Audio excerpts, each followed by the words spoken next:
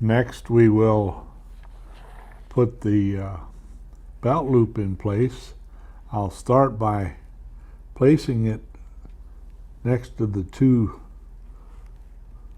marks that we made earlier, and with a stencil knife I will rough up the surface about 1/8 of an inch wide.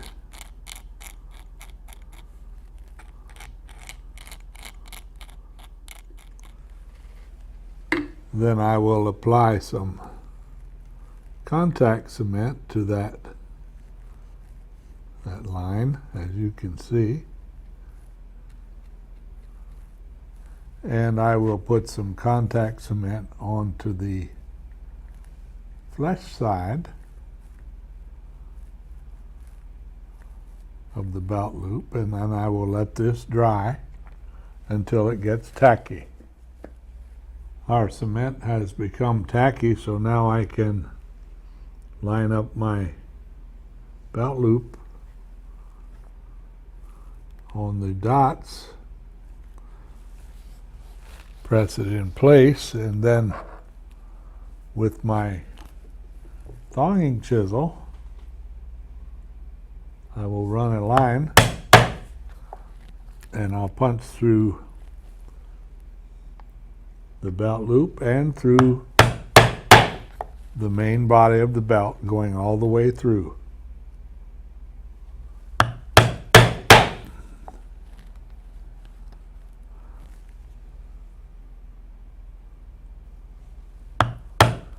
And now, with about 1 yard of wax linen thread, I will stitch this into place.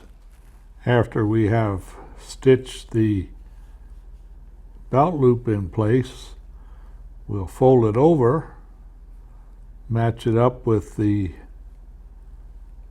two marks down below, and we'll do the same thing. We'll rough up the surface with the knife.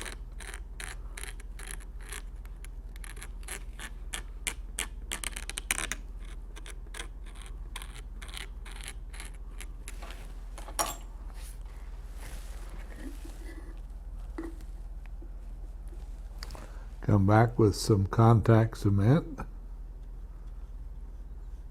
apply it to the line, and also to the back side of the belt loop. Now we'll let this dry until it gets tacky. Our cement is now tacky, so we can fold over the belt loop, stick it in place, and just like we did before, we'll take this thonging chisel and we will punch all the way through both thicknesses of leather, and we will then stitch this into place.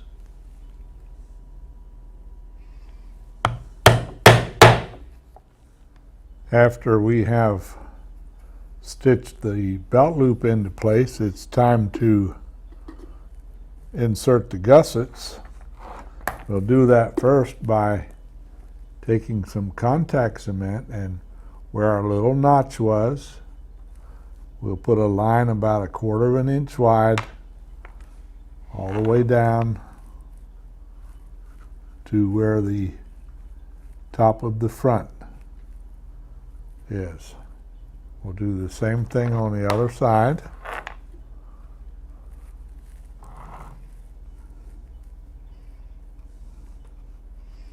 Basically, we are applying cement to the same area where we have punched our stitching holes previously.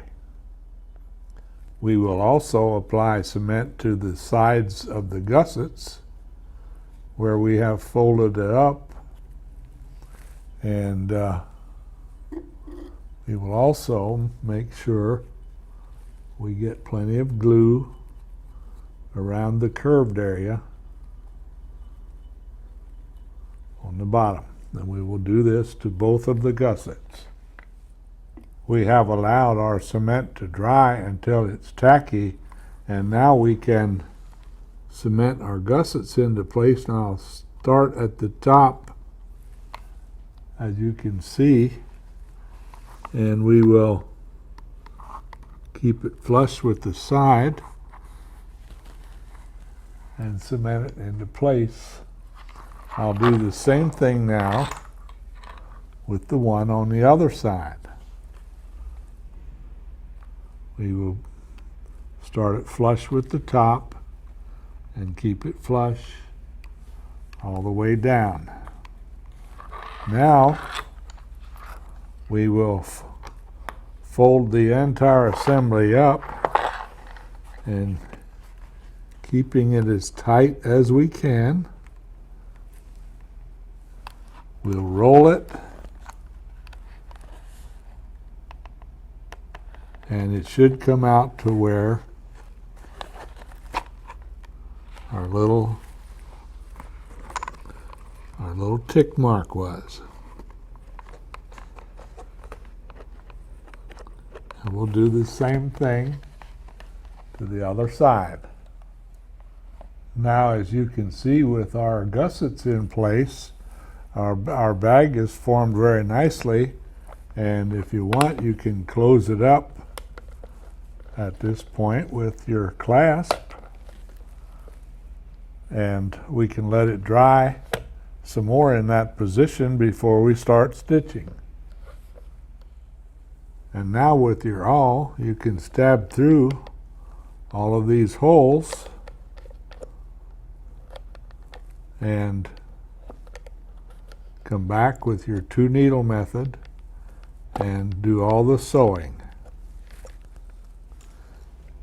After we have completed our stitching, we'll take our edge beveler and go on the inside, and we will edge bevel completely around.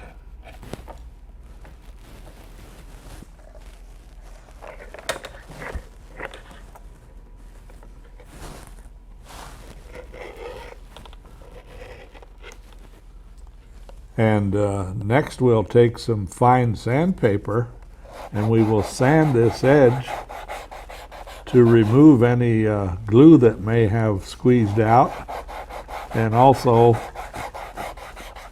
to smooth the area between the back and the gusset.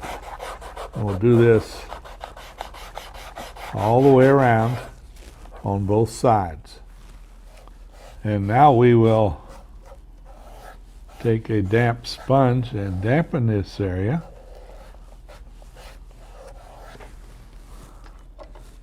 And with our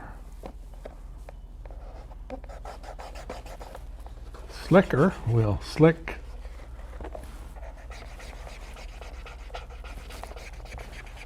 this area.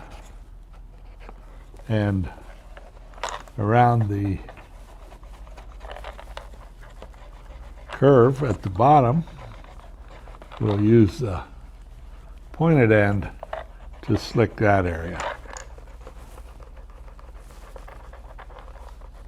And just keep rubbing until it's nice and smooth.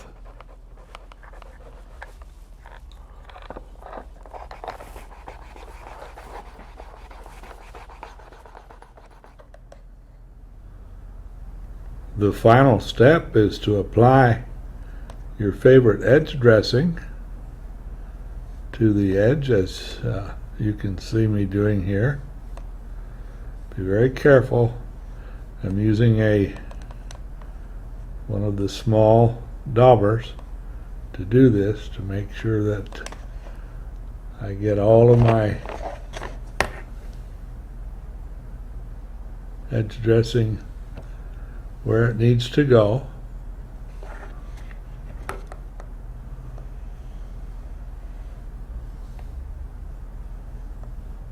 And this